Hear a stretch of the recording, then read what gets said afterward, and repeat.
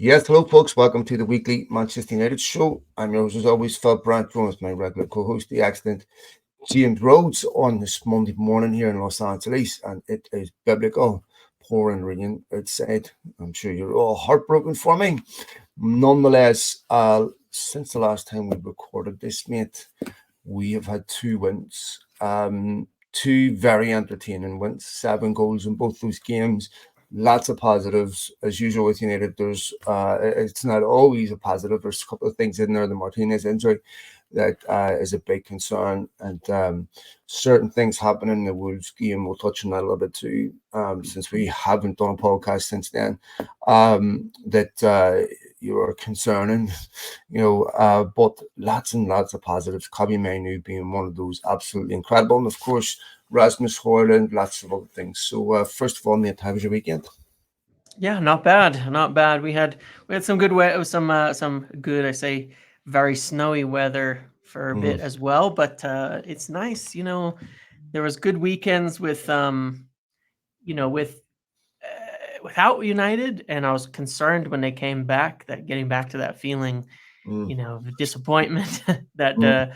pervades the time around a United game. But it's been better. It's been better. So it hasn't ruined the weekend anymore, which is a nice thing to happen. The last time we recorded this podcast, I'd said that I felt that if Ten Hag lost these games, I don't think he would survive. Um, he's won both those games. Um, and we'll have to be fair, there was a lot of positives.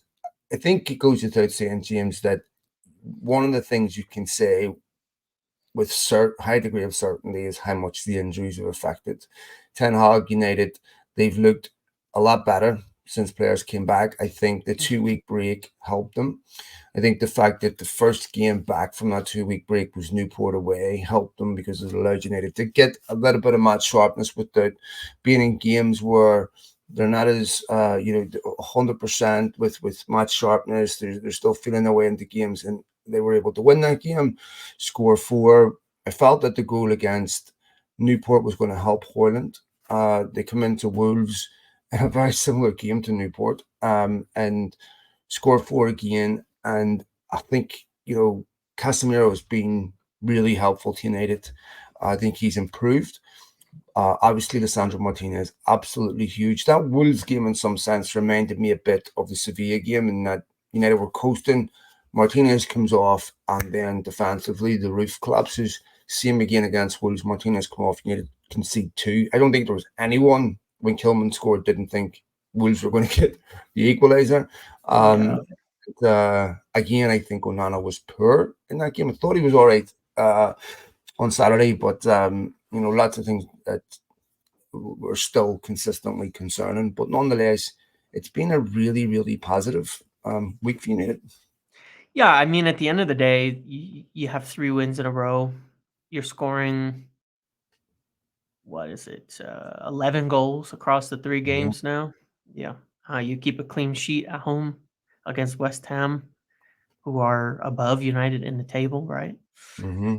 Um, it's still a results business, and there's a lot of things that have not necessarily been working, that are still problematic or worrisome, but it's an improvement. It's a real improvement. It's an improvement that is desperately needed, and results that are desperately needed too, because regardless of everything, what happens rest of the season, what happens in the summer, it would be better if United were able to get into the Champions League, and we're coming off of this year not on a complete downslope. I mean, I think it's past time to think that it's going to be a good season no matter what happens, but it could be improved from the state of things the last month, and that would be, I mean, if we can squeeze our way into the Champions League again, I think it makes a big difference. So, I'm not really expecting to see all the problems solved and the stylistic issues and things like that to be fixed this season. It's February. I mean, usually you're not seeing progression in February and March. You just grinding the results out by this point in the year. And to some degree, that's fine. If we can let the talent of the players that we have carry the team um, to win, enough games to get there, then I won't complain about that for the rest of the season. Would be okay with me. I mean, I think this weekend, we'll get into that a little bit later, is huge for United. If they can Yeah. go to Villa and get a win, I think they'll get enormous momentum from that. I think it will convince the players that this is different from the mini revivals they've had before, that there's momentum there, that I think this is going to be a key weekend for United, and there are players to convince themselves that they really are, moving forward in Champions League is realistic. But go back to the games, obviously, Kobbie Mainoo deserves to be singled out. So a couple of things about this, James. First of all, I think Ten Hag deserves credit for actually keeping Mainoo on the pitch the entire game, because it would have been tempting to take him off, to keep him on the entire game. And once again, one of the most impressive things about him is his composure, maturity. And he picks that ball up. I don't know who it was he megged, but he nutmegs it was one of the Wolves players. Then lovely balance, cuts across the player, and instead of just lathering it, I mean, it's a brilliant video if you want to coach kids on how to finish. Pass the ball into the net. He just curls that ball around Jose Sa, puts the ball in the bottom corner, and maybe, without being dramatic, save Ten Hag's job, because I don't know if you need to go out and beat West Ham 3-0 if they throw that game away. I think it would have been demoralizing for United. We've seen them do this so many times, but they were able to win that game, and they won it with what is, to me, one of the most exciting young players to come through the academy, probably since Mason Greenwood, I would say.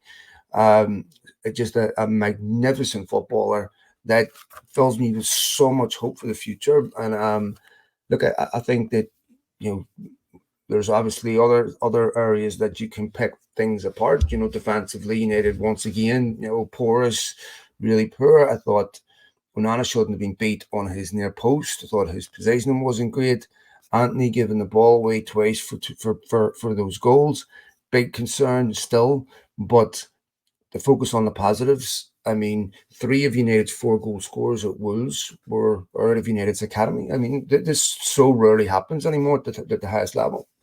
Yeah, it is a real positive, and it's exactly those players that you look at and think we could build for the future around them. We could see something special around them. They've got the temperament, they have the ability, they have the focus, and they have everything you'd want out of United. And so yeah, those were really the positives about it. You know, uh, that moment, is something where it is uplifting, and at the Mhm. same time, you look at it and say, not to be pessimistic about it, but why is it taking an 18-year-old to be the one to grab the game by the throat and do that?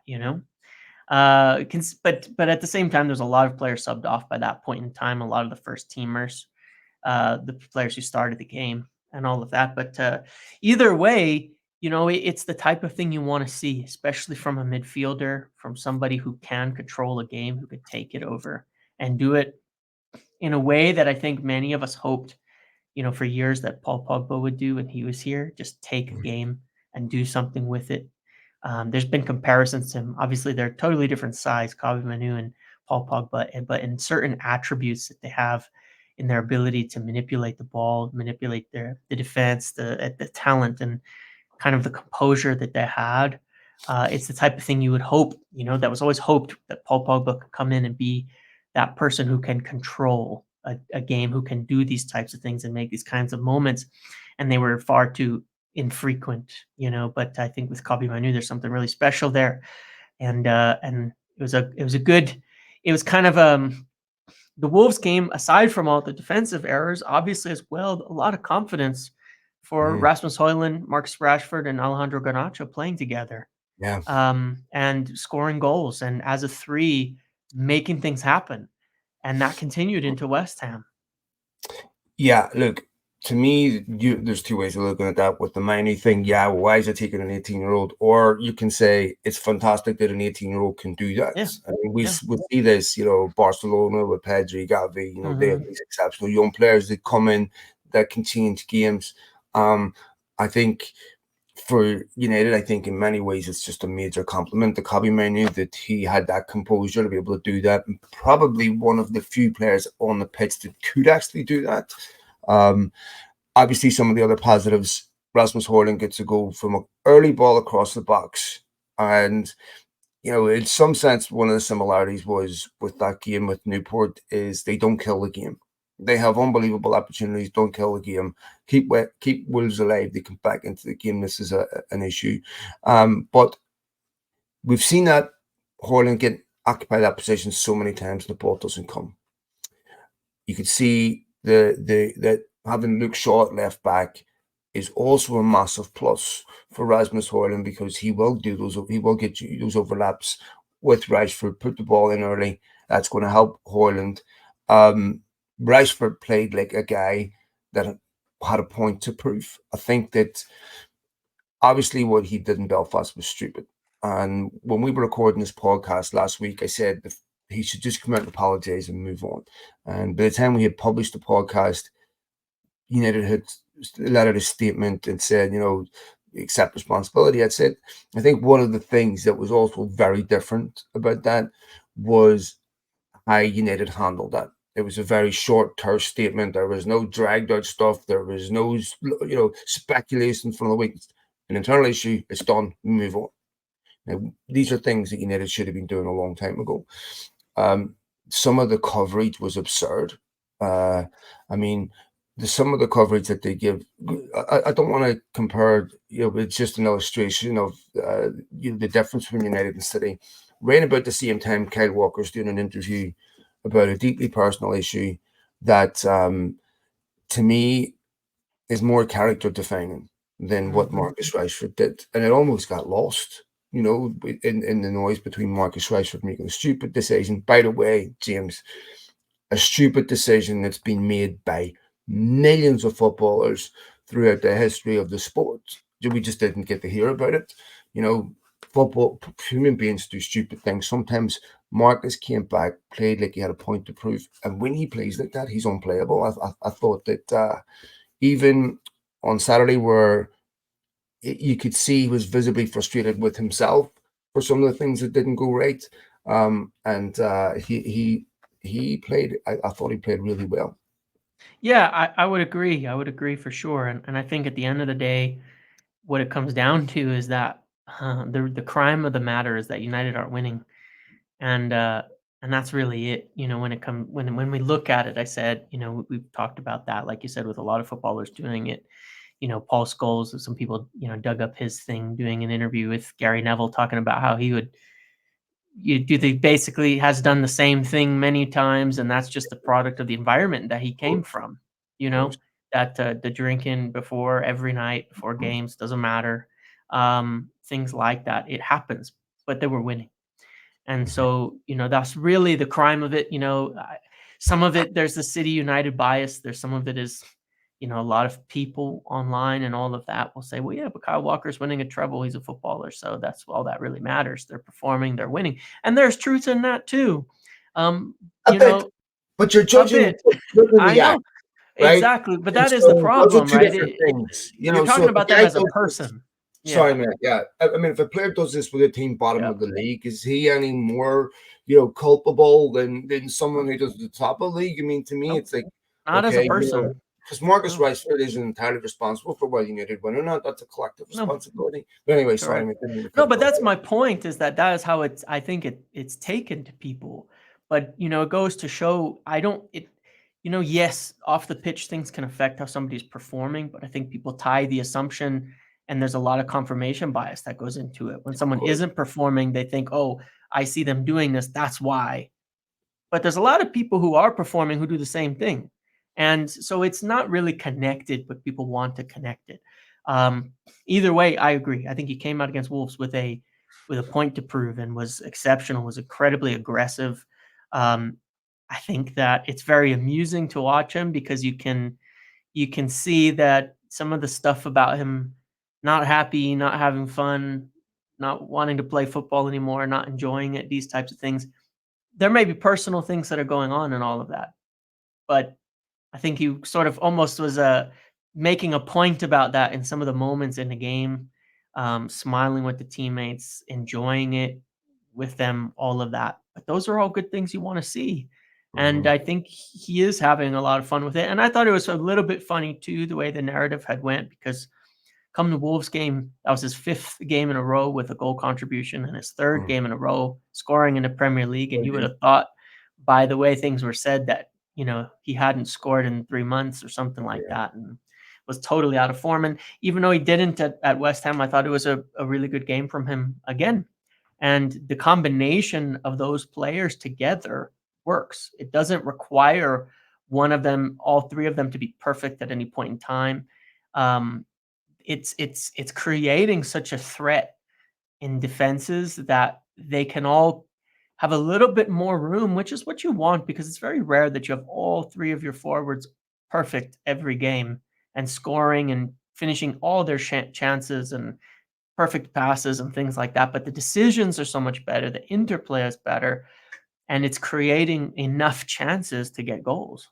I mean, I think, James, when you consider what Eric Ten Hag should have had in his front three, he should have had Mason Greenwood, Jadon Sancho, and Marcus Rashford. Two of those players he doesn't have due to their own issues that Ten Hag was never really allowed to replace. Um, had their personal lives been different or certain circumstances been different, I mean, those are huge players, would look completely different. And of course, given some of the challenges United have had getting a striker, I think that has had, I think it's underestimated the impact that has had on United, on the fact Yeah. that they are, this is, they don't have the resources anymore to replace those types of players. Obviously, Mason had already been suspended by the time Ten Hag came. So, but he was under the impression that Greenwood was going to be integrated Mhm. back into the squad over the summer. Of course, that didn't happen. Not easy to replace those young players. I think, the positive, like we said, is the fact that in this day and age where academies are essentially nothing more than FFP supplements, it's brilliant to see still top football clubs like Manchester United and other top clubs before, but mainly clubs like United, other clubs that are playing young players are buying these young players. They're not bringing them through the academy. It's great to see that there's still a pathway into the first team. I never want that to change at United.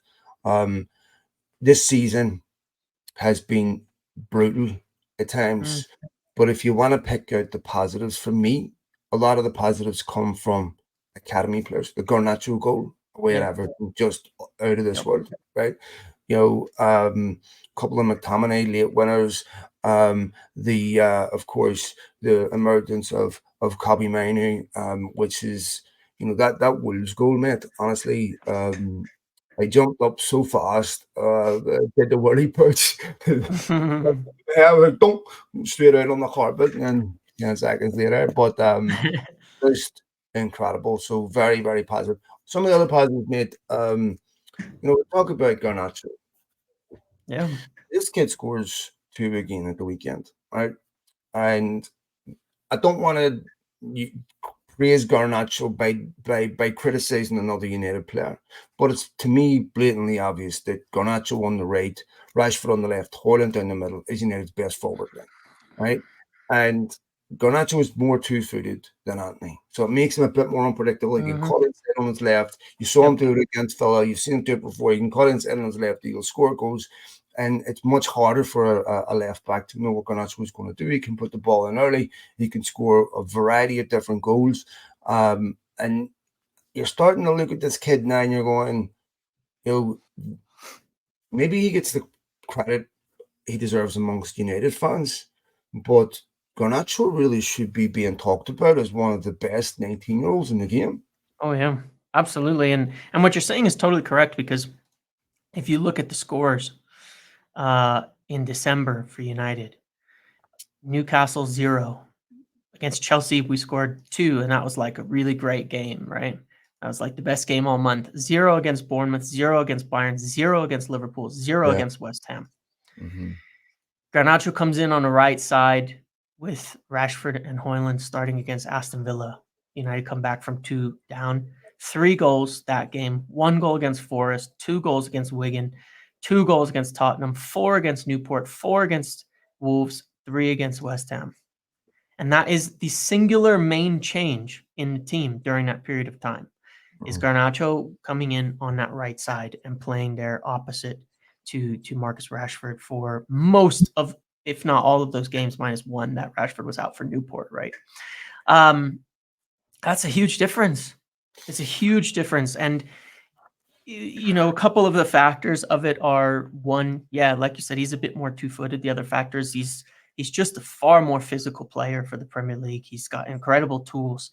When you look at the speed of those 3 players, Rashford, Hojlund, and Garnacho, I think they're probably the fastest front 3 in England right now. When you look at it, I mean, Rasmus Hojlund is incredibly quick. Rashford, as we know, and Garnacho is fast. I mean, they are fast, and to have to contend with that. And one of the complaints I think we'd all seen with regards to Antony is, one of the strengths of United is this play in transition. If you look at the goals mostly being scored, they're still mostly being scored in transition. We're not parked outside West Ham's box, crossing it around for an hour. They're still mostly scored in transition, which is fine to me. I don't actually have a complaint about it. It suits the team, but they're mostly quick moves up the field.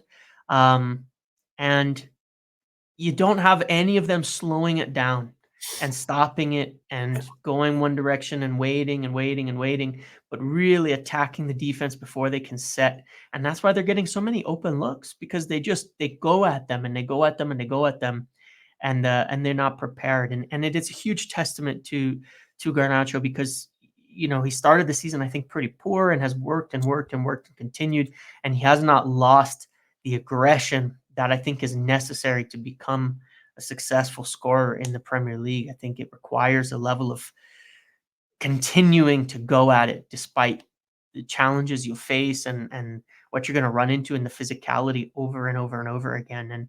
And he's got the right mental fortitude for it as well, on top of everything else. So really, really impressed with him at this point in time. And I think you could say it solves a big problem, because if you walked into next season with that as your starting front 3, I wouldn't be unhappy. I think you need more players for the front 3, but I wouldn't be unhappy, if you rebuilt the rest of the team behind them. Let me get to that, because this gives United a bit of a dilemma. To me, with Hojlund, it's not an easy one to fix. So with Rasmus Hojlund, excellent young striker, finding his form, very, very exciting. Some of the things that I love about Hojlund is his variety. Is he can score all different types of goals, score from outside the box. He's got good feet. He's quick. I mean, even his assist for Rashford at Wolves, I thought he took it really well back to goal. Moves his feet well, lays it off, bang goal. If you look at the goal he scores against Wolves, bloody ball across, tap in, right? The goal he scores against West Ham, very different. The goal he scores against Spurs, very different. The goal he scores against Villa, very different.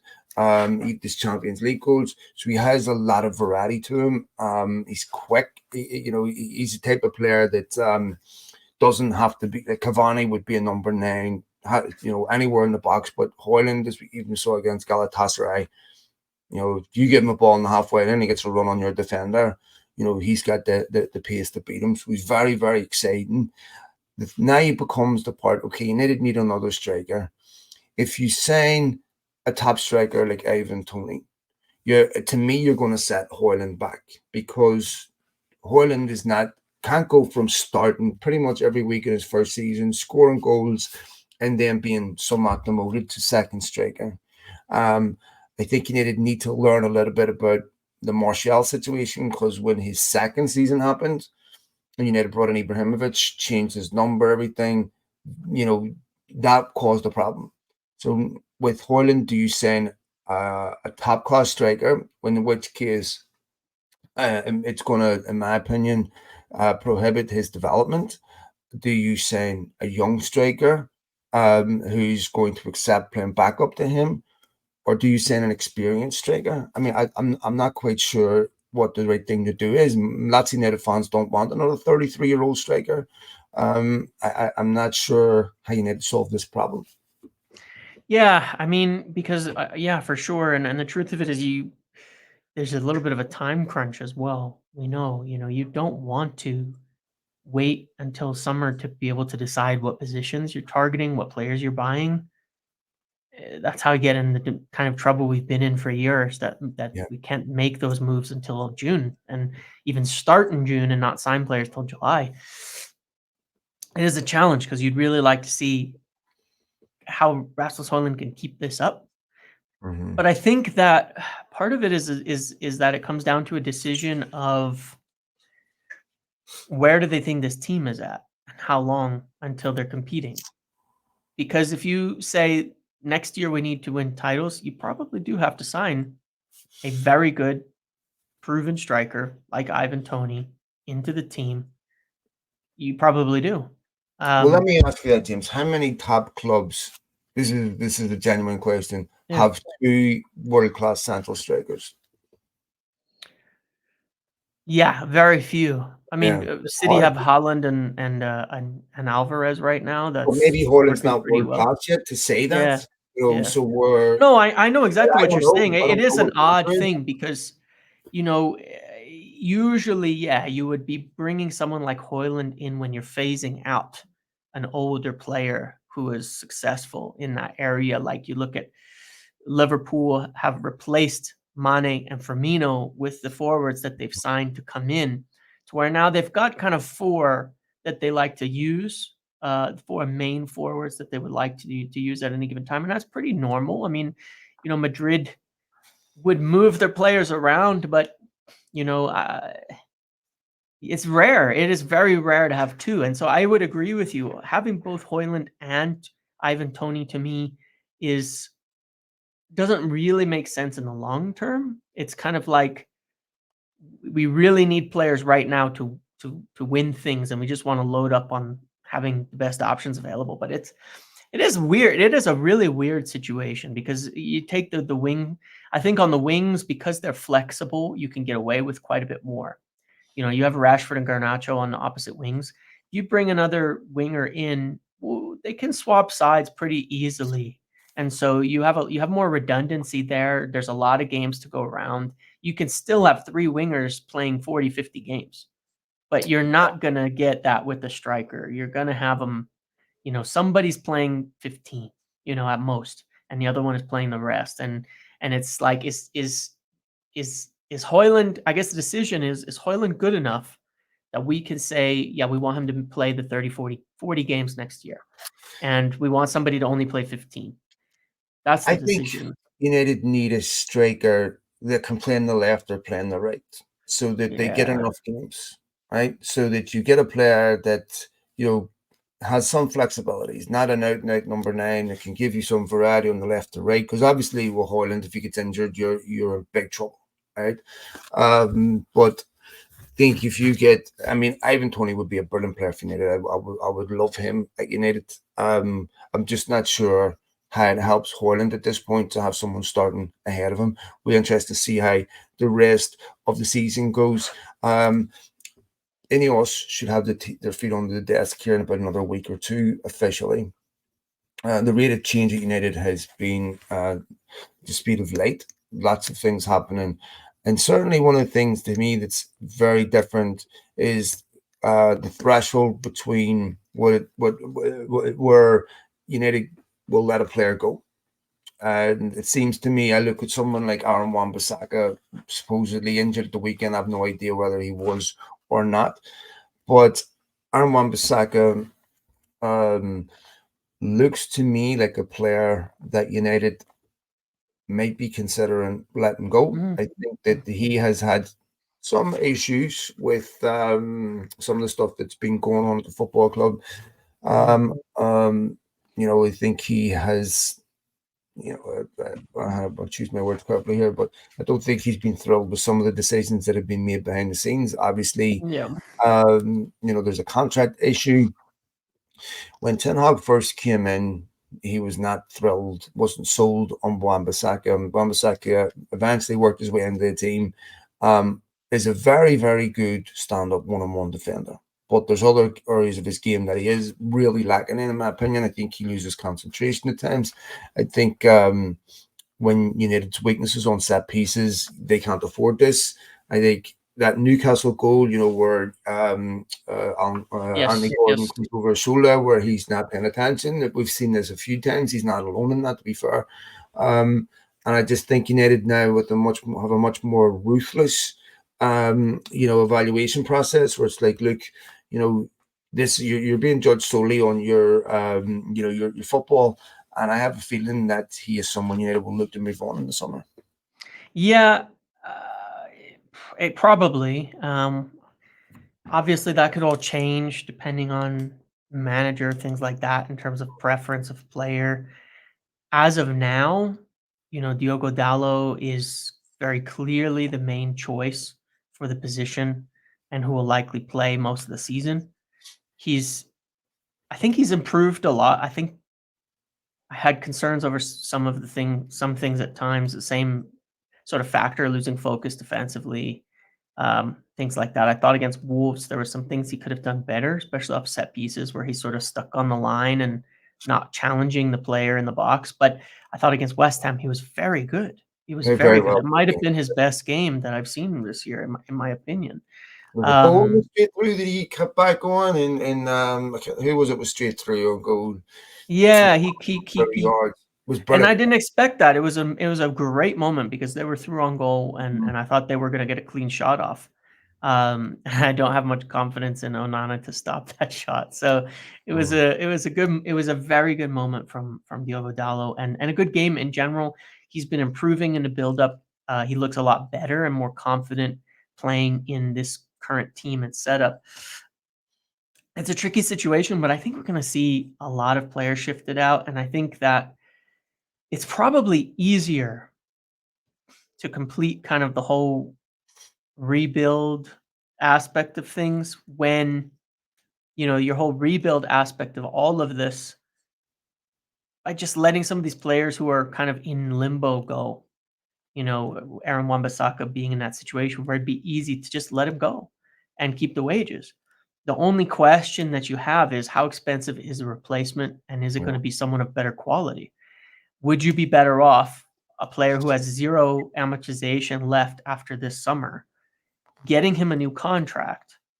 And if you think, well, I guess the question is, if you think Diogo Dalot is good enough to be the starter, then you're probably better off re-signing Aaron Wan-Bissaka and not spending the FFP space on new signing costs, millions per year on the fee for a player who has no amortization left, who's essentially paid off after this year. That's kind of the consideration, but I think that's a little bit is he's in one of those situations similar to Rafael Varane, I believe, where it's going to depend what happens this summer with the manager and with all of that, and it's a bit tricky. I think also Wan-Bissaka, he has a part in this too. Does he want to Yes, sign of a new course. contract and sit on the bench as second choice? I Yes. don't think Diogo Dalot is a starting right back myself. I think both of them are backup right backs, in my opinion. Right. And that is the problem, is that they need a right back. I think also United have a lot of players out on loan, which will help with the FFP if they can sell Brandon Williams. If the number of those young players that they have out on loan, the big decisions to make, obviously, with Jadon Sancho, Mason Greenwood, who scored at the weekend, a big decision to make there. I think there is potentially a lot of revenue that could be generated by player sales. One of the things that is very different, obviously, under Ineos is that there is no more of these huge lucrative contracts being given out, where you could see that they're focusing on high earning players that aren't given enough back that justifies those wages, and you're no longer getting contracts just because United don't want to sign a replacement. This whole evaluation process is completely different. So I think that maybe 2 years ago, Wan-Bissaka would have already been signed on a new contract, not just yet. He's got the same amount of time left on his contract that Eric Ten Hag has, and United have to make a decision there. And Ten Hag himself has a decision to make, because let's say United agree keep Ten Hag as the manager. Ten Hag's going to have a very different role at Manchester United than what he had before. So all of a sudden, this autonomy over transfers. Also, some people, some rumors that he's not particularly thrilled about what United will have budget wise this summer. That will have to be determined. But I think both Ten Hag and United have a big decision to make, and I think that decision will definitely come before the end of the season. Yeah, I do. And I think the only reason why it's continued to appear in limbo at the moment is because the Ineos ratification hasn't, of course, yet occurred. And so this all completely and fully falling under the football purview, nothing can happen. And so you're not even going to see leaks. You're not going to see anything. You're not going to see much happening at all until that is done, which should be very soon. There's this vote today and all of that. But that is essentially the first thing that needs to happen is that, and those are the big decisions they have to make pretty much right away because they're going to determine everything downstream from that, essentially, making the top to the next layer to the next layer to the next layer of what happens from top down, everything below the CEO. That's got to all happen pretty quickly. But yeah, it is. You had the article from a guy who's pretty close to Ten Hag, I think, historically since his tenure here, about concerns over how the transfer backing has worked and how it might work moving forwards. And you could see a little bit, and I have mentioned this being potentially one of the major sticking points, and I think it is on both sides, a little bit of framework set up that could allow for Erik Ten Hag to have a bit of a graceful exit, which I think is fair considering the situation if he does leave, and if he does depart, that it is done on a mutual basis in terms of a disagreement over how things are going to move forward under a new regime, and it's not what he signed up for, and that's all well and good. I wouldn't like begrudge him that, and I wouldn't say have it out for blood, like if he ends up leaving, that has to be the sacking and all this crap thrown at him about the whole thing, and that would, from his side, allow him to get be in a better position for future jobs and other positions that are out there and all of that. So I could see that, that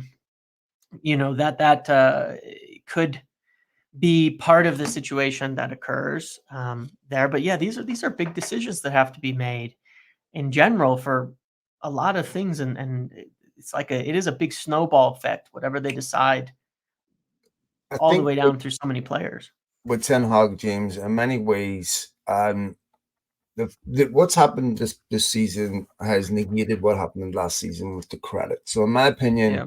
what happens between now and the next 2 months will determine whether he keeps his job or not. I mean, that's stating the obvious, but what I mean is, if he goes on a good run and United play good football and they qualify for the Champions League, I think he should keep his job. I think that he has illustrated that once I get my best players back, then United started to look like a football team in the way that they should. Some of the questions we've been asking, has it been injuries that have been the result of United's perform? Has it been tactics? Has it been other aspects that are going on behind the scenes? Do the players still support him? Is he capable of getting Manchester United playing in a certain way?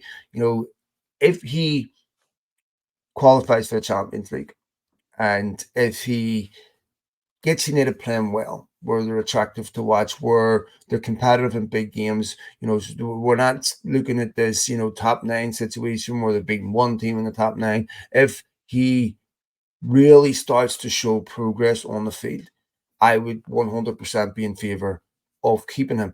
There's no guarantee that the guy Ineos want to bring in, whoever their guy is, is going to be successful.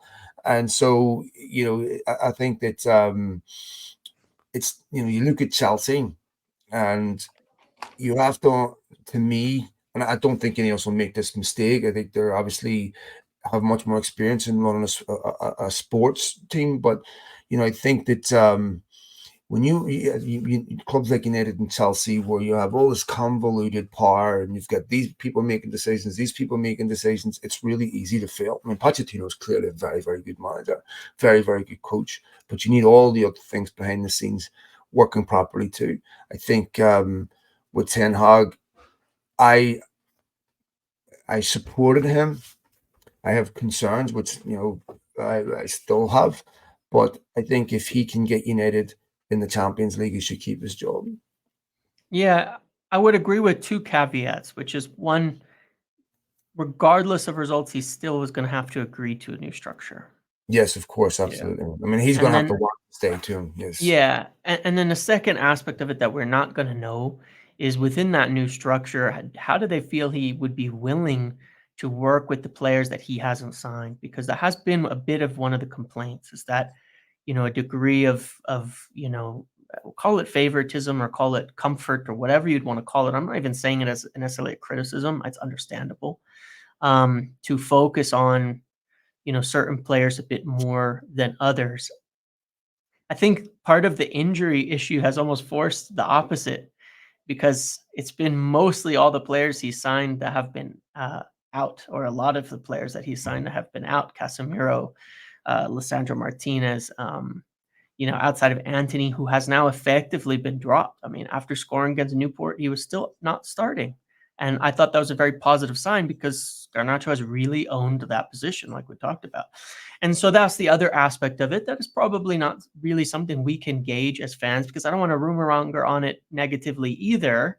But they would have to see that there's a willingness. Then it's not like a begrudging acceptance that I'm not going to do transfers, and then, you're going to have to really get on with the players that we bring in, and you can't piss them off. You can't be like, I don't like that guy, see you later, and not want to deal with them, because that has happened at clubs with certain managers who are a bit tough to deal with, and the manager will always loses their job in that case. And it's not really a factor of player power, it's club power, right? They want to be able to spend money and bring people in and not Of have them be course. wasted.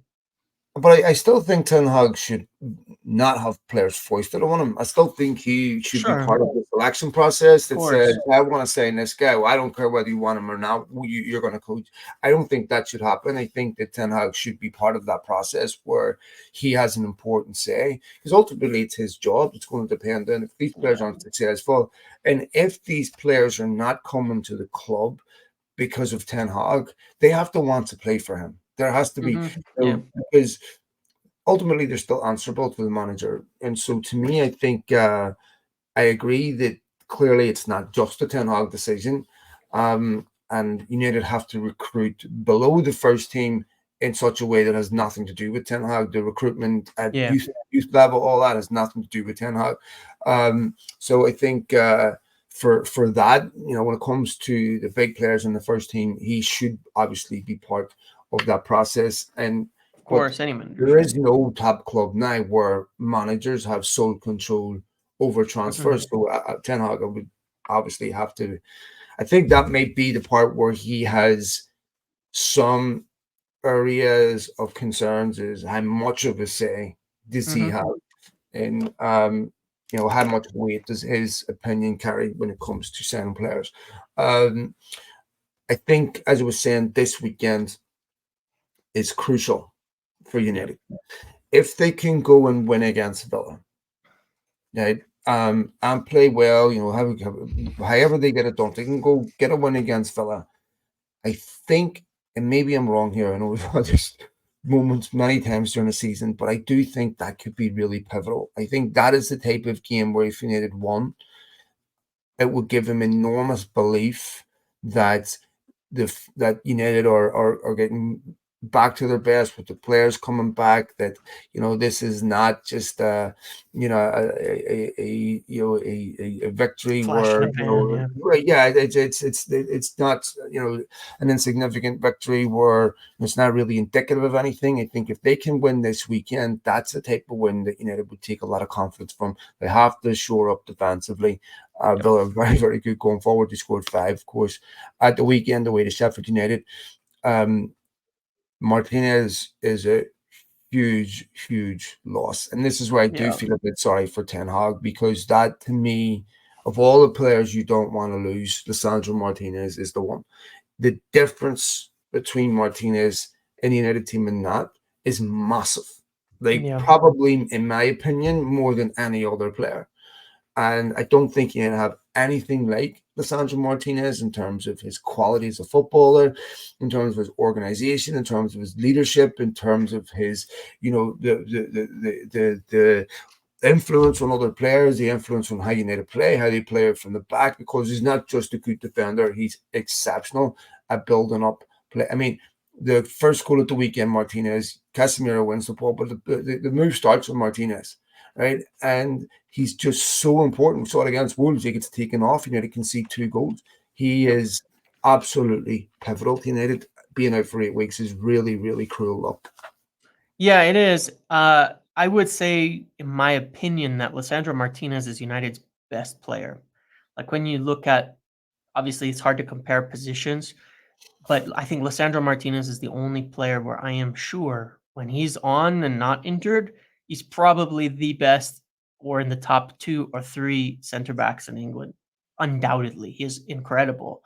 Um, and he brings a lot of qualities, like you said, the leadership. I mean, in the game, I even noticed there was a point, I thought Casemiro was maybe one of the negatives again a little bit.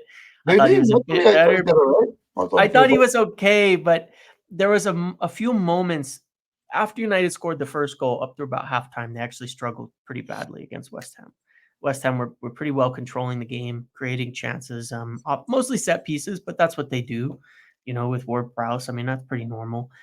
And there was a few moments where both Bruno and Lisandro Martinez were telling Casemiro to calm down because he would do a bit of the thing where he gets on the ball and just launches it, which Bruno does himself too many times, of course, but Bruno's kind of taking it backwards, taking it slow. And there was a moment where Lisandro was calming Casemiro down and instructing him. And this Casemiro being pretty much the most senior player on the team, um, someone with the leadership abilities, because Lisandro Martinez is not old for a footballer to be instructive to anybody and everybody, is something that I think is missing from the other players. Rafael Varane is a good player, but I don't think he's ever been that much of a vocal leader on the pitch, in terms of instructing and pointing, things like that. Harry Maguire has been, yes, sometimes no. And Bruno Fernandes is a bit different of a player. So yeah, I think Lisandro brings a lot of qualities that you don't get anywhere else. And I think it is no accident when they play better when he is on and worse when he's off.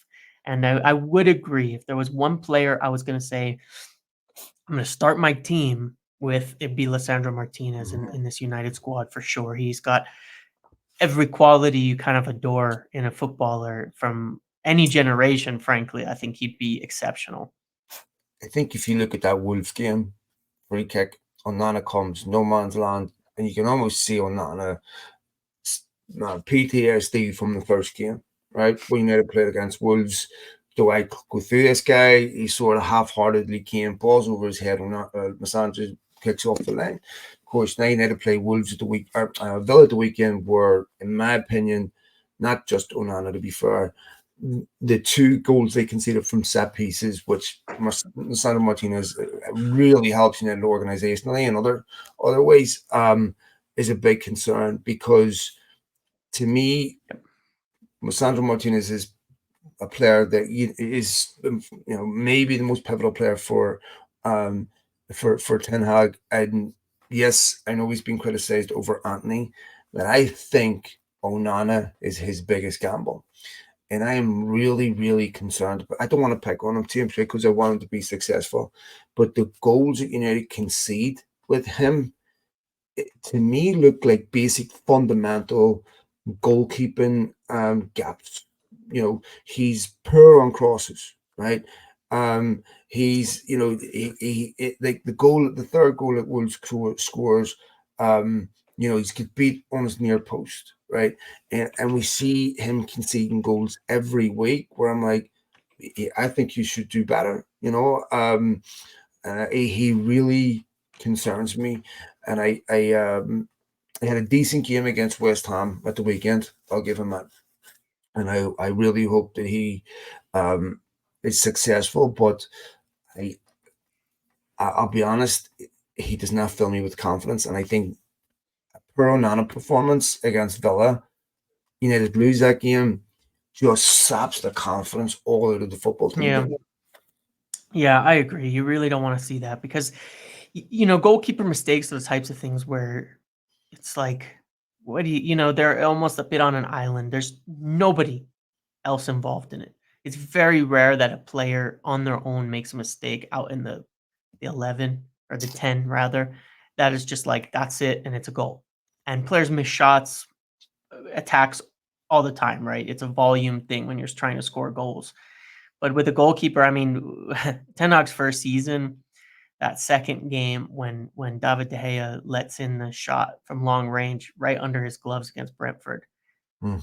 the collapse was practically inevitable once that occurred. You could see how much it rattled them. They were totally off from that moment on, and then the pass to Eriksen that was completely ill-advised results in a second goal, and it was finished. You could tell that game was over.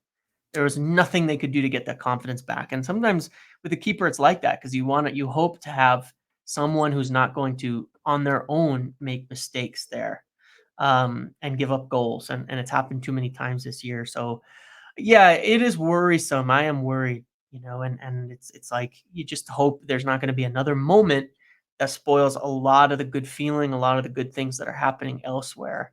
But I would say with the team that we have now, that is my biggest worry too, would be goalkeeper. With the I 11 mean, that we expect to turn up to Villa. the amount of goals he's conceded, United have conceded this season, makes awful reading. And this we've seen so many times where United will be playing well, creating chances, everything's going great, and then some inexplicable shot goes into the back of that and completely deflates. I'm specifically thinking about Champions League, Galatasaray, stuff that you expect your goalkeeper to be able to save, and it completely changes the whole trajectory of the game. It completely changes the momentum. It changes everything. And for the outfield players, I'm starting to notice a bit more of a lack of patience, shall we say. I mean, go back to that Galatasaray goal. Take a look at Bruno Fernandes, what he does when he comes in. And just because he's upset with Onana. Almost contempt. Like, this is ridiculous. I like him as a human being. I want the lad to succeed. He had a really poor AFCON as well. Yep. And going, a bad goalkeeper can get you the sack. Jim Leighton almost got Alex Ferguson the sack. We had to leave Jim Leighton out of the cup final replay. Leighton never recovered. His relationship with Ferguson never recovered. United win the cup final replay, and they keeps Ferguson in the job. Les Sealy comes in, and maybe history would have been completely different if he stands by his goalkeeper. To me, if I'm Ten Hag, this is a massive risk, and I think that Onana's form is going to be pivotal on whether Ten Hag is still United manager come the summer. Because if Onana's form you can get away with bad form with David De Gea because you didn't sign him. Yeah. But if your replacement is really poor, then I think, those are types of decisions that Ten Hag really couldn't complain about, James, if he lost his job. Like I say, I don't want to see him lose his job. I don't want to see anyone lose their job. But if that happened, it would be very difficult for him to, be upset. And I mean, this is a big, big issue. Yeah, and you signed another goalkeeper, so you don't really have, there's another goalkeeper. He's Did been he? signed. Well, whoever did, you got one. We know he has enough control that he approved the signing, right? We do know that. There's another goalkeeper there. The And other thing is with that, James, could he be worse though than the mistakes that Onana has made? and that's the thing. Like, other outfield players get dropped when they don't play Yeah, well. why goalkeepers are so untouchable? Yeah, It's so I understand you want consistency between the sticks. I get that. yeah, But if your goalkeeper is dropping balls in the net, what benefit is that consistency to I you? know. I know. I understand you have confidence in him, but so maybe taking him out of the line of fire for a while, saying, you know what, he's injured. Yeah. He picked up a knock. Leave him out for a month. Just take Yeah, it. when's he gonna catch one of those famous Carrington illnesses that so many of Yeah, the and players have so been yeah, getting? and so I feel that that's a big decision, Yeah, I and agree. I think I really hope that he is. I think when you look at the goals United are conceding, a significant number of them are because of he doesn't come off his line. Even when someone's straight through, I think about the Forest goal away or at home. Awaniwi, I think it was, goes straight through, tips it Yeah. over. Cardi goes straight through. He's still kind of on the edge of the 6-yard box. Dunk, dips it over him after he goes to ground too easy. And you see this a lot. And like, these are basic goalkeeping fundamentals. And they get he's starting to get targeted because Villa targeted him, in the home game. And these goals, I don't know if you've got to score 4 goals to win a game. Yeah, we can't keep that up. It's been nice, but Anyway. who So should do it? yeah, a couple other odds and ends, some transfer stuff. Before the window closed, Isaac Aronson left the football club. Of course, lots of fans were upset over that. He was a young player with potential, but it was either sell him now or lose him in the summer for basically a compensation fee. And again, these are decisions United are saying, okay, we're not going to mess with this. There's because in the past they just would have kept him. We'd have left in summer. Now Yeah. they're being much more ruthless. Plus, I understand we like young talents. We want them all to progress, but most of them won't make it. And if young Aronson wasn't getting into United's first team this season when the whole squad was depleted with injuries, you wonder, how good is it?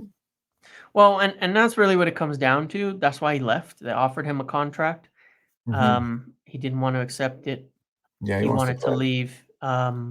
It's going to happen with the youth players. It's going to happen with more. It's not the first. It's not the last. It's going to happen a lot. Obviously, one can debate, should he have gotten in the team during this period of time? I think he expected to get some time this year. He hasn't got it. I think that given that is where we were at, it's the right outcome for all parties then at Yeah. that point in time. I don't know if Yeah. they negotiated a sell-on clause or anything with him or a buyback A clause. I sell don't on, know. but no buyback, as far as I understand. A sell on, but no Okay. buyback. So, great move for him. Goes to Germany, goes to Werder Bremen, decent club, a football club where he's going to play. It's a good move for him. Some of the other things that happened, Palestri went out on loan to Granada, which I don't ever expect Facundo Palestri to be a Manchester United player. I haven't believed that for a while. I think that he's a decent young player, but I don't think he has ever. I mean, I go back to that Galatasaray game. He should have scored, right, away at Galatasaray. He should have scored away at Bayern Munich. I know he's playing for Uruguay, but he's never. I know people might disagree, but he's never really impressed me in United shirt. Where I'm like, I want to see more of this kid. Yeah, I like him, and for a long time, I felt like he never got the chance. But I think he's had enough minutes for me personally, where you can tell, is he ever going to be up to the United level? Probably not. I don't see it there. I think that he's not a bad footballer, and I think he will have a future. I mean, playing for the Uruguay national team is not nothing. I think he will make it somewhere. I think that the lack of good loans definitely did not help his career development, because he looks a few years off where he should be now by his age, compared to, like, there's been no progression since when he was purchased originally. But those are that's so I think it's very likely that following this, he will be sold in some capacity or another. But you never know. Maybe he has a fantastic loan in Spain and the development shoots through the moon and comes back a different player. But I would be a little bit surprised. I think it's a good move either way. And in summer, they'll make a further decision. Donny van de Beek, poor Donny. So he's been left out of Eintracht Frankfurt's Europa Conference League squad. First 2 games, gets dragged off after 60 minutes. The game at the weekend, he's on the bench, doesn't play at all. And not registered for their Conference League campaign. Yeah, then they left him out of the Europa Conference League squad. I can't understand this. I mean, at Ajax, okay, fine if you just play well in the Eredivisie, but this kid was exceptional in the Champions League. And it is one of the most puzzling things because he was poor at Everton on loan, right? And you're going, if you were to judge Van de Beek on the last 3-4 years of his career, he wouldn't have a professional contract. How has this decline happened? It's sad to me. Well, yeah, and I think that there's two factors in it, and one of the major factors that's a little bit less obvious is that he plays a non-existent position in football, which is this sort of almost like What this. position would you play? Who knows? There is none. It's not a position. You know, the most False similar thing footballer? we've seen to it, yeah, false football.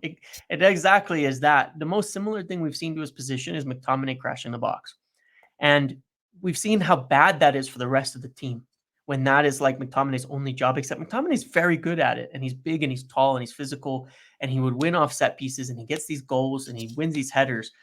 But this like extra midfielder crashing the box, late arrivals, but doesn't really offer anything else. It is not a position that works in football. I don't see any team playing that except when we did out of desperation with McTominay. And even then, he's just better at it than Donny van de Beek. So that's kind of how I see it. It's a little bit what he did at Ajax. I think people misprofiled him quite a lot, thinking he was like, people used to call him a six. He has not a single skill set for that position, not a single ability that seems to match up with that.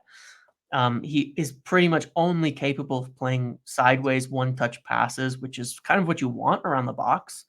But, you know, I don't see a position for him. He's not big enough to be a striker. He's not fast enough to be a striker. He's not physical enough to play deeper in the midfield. So he's just this weird kind of floating extra man that is just not something that I think will ever nail down a place in modern football right now. I think that if he has a poor loan spell at Frankfurt, United should look for a way to cancel his contract and let him go back to Holland or something, because I genuinely feel for him. I can't understand how he's declined this much. Another one, Jadon Sancho. So Sancho has 2 assists in 3 games with Dortmund, and he had 12 goals and 6 assists in 82 games at United. He's obviously happier out there. I think we would agree that it's a different standard playing it. You know, Bundesliga is a very, very good standard. Don't get me wrong, but I'm saying that based on the comments of managers that have worked there, like Ranić and others, that have said, you know, the like Burnley would never have been at the you know when Burnley were close to the bottom at the Premier League, we said it would never be the case in the Bundesliga.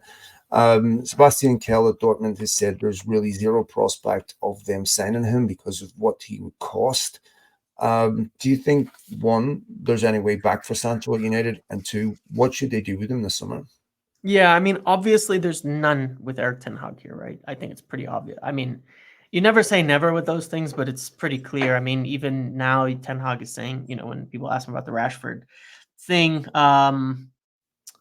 you know, he said, you know, Sancho was different and this was internal and all of that. So clearly it's not a situation where I think Erik Ten Hag has any intention of ever working with him as a player again.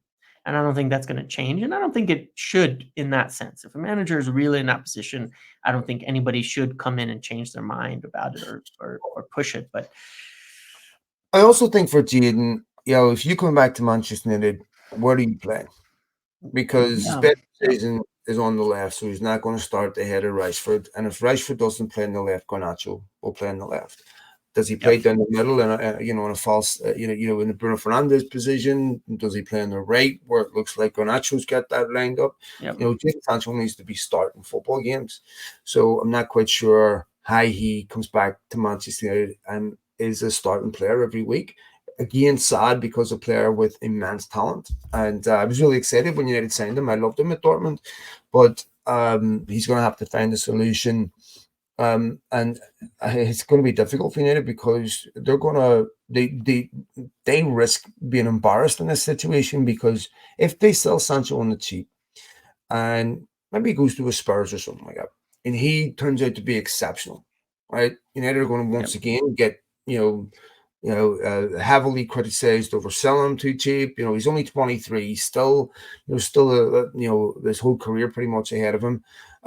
But even if he has a really good 6 months for Dortmund, it's still going to be hard to get big money for him to score. But a lot of questions that we've asked here that don't have clear answers, you know. Well, and I think all of this is going to be integral to how United recruit over the summer. Another one, Christian Eriksen. We're almost done here. Ericsson being linked with a move to Turkey before the week. Their transfer window closes at the end of the week, I believe. And there's been some talk that United would loan him with an option to buy in the summer. I think he's only started 2 games since November. And he's not coming on as a substitute either. Yeah, and I don't think Christian Eriksen will be a Manchester United player beyond the summer, no matter what. Yeah, I think he will be someone that will look to move on. What do you think will happen with Eriksen? I think he'll probably stay just because Ten Hag won't want to weaken anymore. Just in case, I mean, Casemiro. There's still not that many players in the midfield. Amrabat has been, it's probably a bit of a non-factor at this point in time for United. It's not been a successful loan for him. And so I think you'll probably want him just for them to make up the numbers for the rest of the team. But I think he'll go in summer, and I'd be surprised if he left now, even though there might be interest. I think for him too, at his age, I'm not sure he wants to go to Turkey for 6 months, and unsettle things. Maybe go to summer and be able to make a bit more of a long-term decision about the rest of his career, because his next move is probably closer to his last major club at best. And so, I would be surprised if he departs, but it could happen. I mean, he hasn't been playing, but yeah, if Brentford stay up, it wouldn't surprise me to see him going to somewhere like a Brentford next season. Cup price deal, United get those wages off the books. The other one, of course, lastly before we go, is Marcus Rashford. What will happen with Marcus Rashford this summer? Will United keep him? Will they not? Obviously, there's the potential that if they were to sell him, it would be an enormous FFP boost. There's certainly people very close to Marcus Rashford who feel that Manchester United are trying to force him out. That's not something he particularly he wants. Marcus wants to stay at the football club. So I don't know if that is the case. I'm sure United would say otherwise. He feels like, from what I've been told, his role in the team changed to accommodate a number 9 from what it was last season, although that hasn't really been mentioned much in the media. But clearly, United need to find a way, in my opinion, to resolve the situation where Marcus feels an important part of the squad, where he feels valued, and where he feels integral to what Manchester United are doing. That's something that else are going to have to fix quite quickly, in my opinion. Yeah, and I don't think he will go. One, because there are very few teams that can afford Marcus Rashford. And 2, because if you are trying to build a winning team, you do not sell your best, 27-year-old players. You just don't. I understand the FFP argument and all of that, but who are you going to get in that year's for sure better in the Premier League? Very few players who have that kind of potential. You have a lot more benefit, and he just signed a contract, right? You have a lot more benefit in trying to make things work for the next and get him going over the next year than you do trying to sell him and replace him now. You still have 3 years after that if you have to. I don't think that his value is at the highest this going into the summer, off the back of the season. I don't think there's many United players that are. I think it's a little overblown, some of the talk from PSG's perspective in terms of their interest in Rashford. They have been in the past. I don't think they're presently looking at him. I think that most everybody on all sides, including Marcus Rashford, want him to stay. He just signed a new deal. I think it's a little more positive. I think his role in the last few games has gone a bit back to how it was before in this front three. He's not sitting on a touchline. He's narrow, coming into the middle a lot more, doing the things he used to do. He scored his goal, of course, against Wolves right from the center, top of the box. And I think that I personally think he's going to be somebody that's integral to the next phase of the team as well. I also think, James, we kind of underestimate the impact that a pressure has on a human being. Yeah. And Marcus is under enormous pressure. He's a homegrown player. Homegrown players are great, when things are going well, but when things aren't going well, they're usually the first ones singled out. I think people underestimate what type of pressure he is. You get idiots saying, well, he's on this much money a week. That does not stop you from being human. there's nothing, there's no check that you can write. Or it's, what, if I was making this much money, I'm going to get up every day, I'm going to have no pressure. It's just going to be, hedonism all day. I'm going to be, having the no stress. I'm going to sleep like a baby. It's just going to be, everyday Shangri-La. Like, it's just not, that's not how life is. This assumption that you can reach a certain, wealth threshold where all the, stresses of life just evaporate and everything's Disneyland every day. That's just not how people, it's not real life. I think we have to be careful sometimes with the type of pressure that we put on players. I mean, I don't know what the threshold is. We criticize players for poor performances, but it was clear that people went too far with Harry Maguire. It's clear there is a line, and that, I think that type of pressure is, it's not healthy for and every human being reacts differently. So I really want to see him stay. I want to see him thrive at United. And I want to see the Marcus Rashford that when he is on form and he wants it, he's unplayable. So hopefully that happens. All right, folks, that'll do for this week. I'll be back later on in the week with another one of my We Are United podcasts. Please tune in for that. Thanks to all of you for your downloads, likes, retweets, follows, subscriptions, all that. Very, very much appreciated. Don't forget, support our fanzines, Red News, and United We Stand. Very, very important that you support them. They need the fan support. Thank you to my friend here, James, and thanks to all of you. Of course. Cheers, bye. See ya.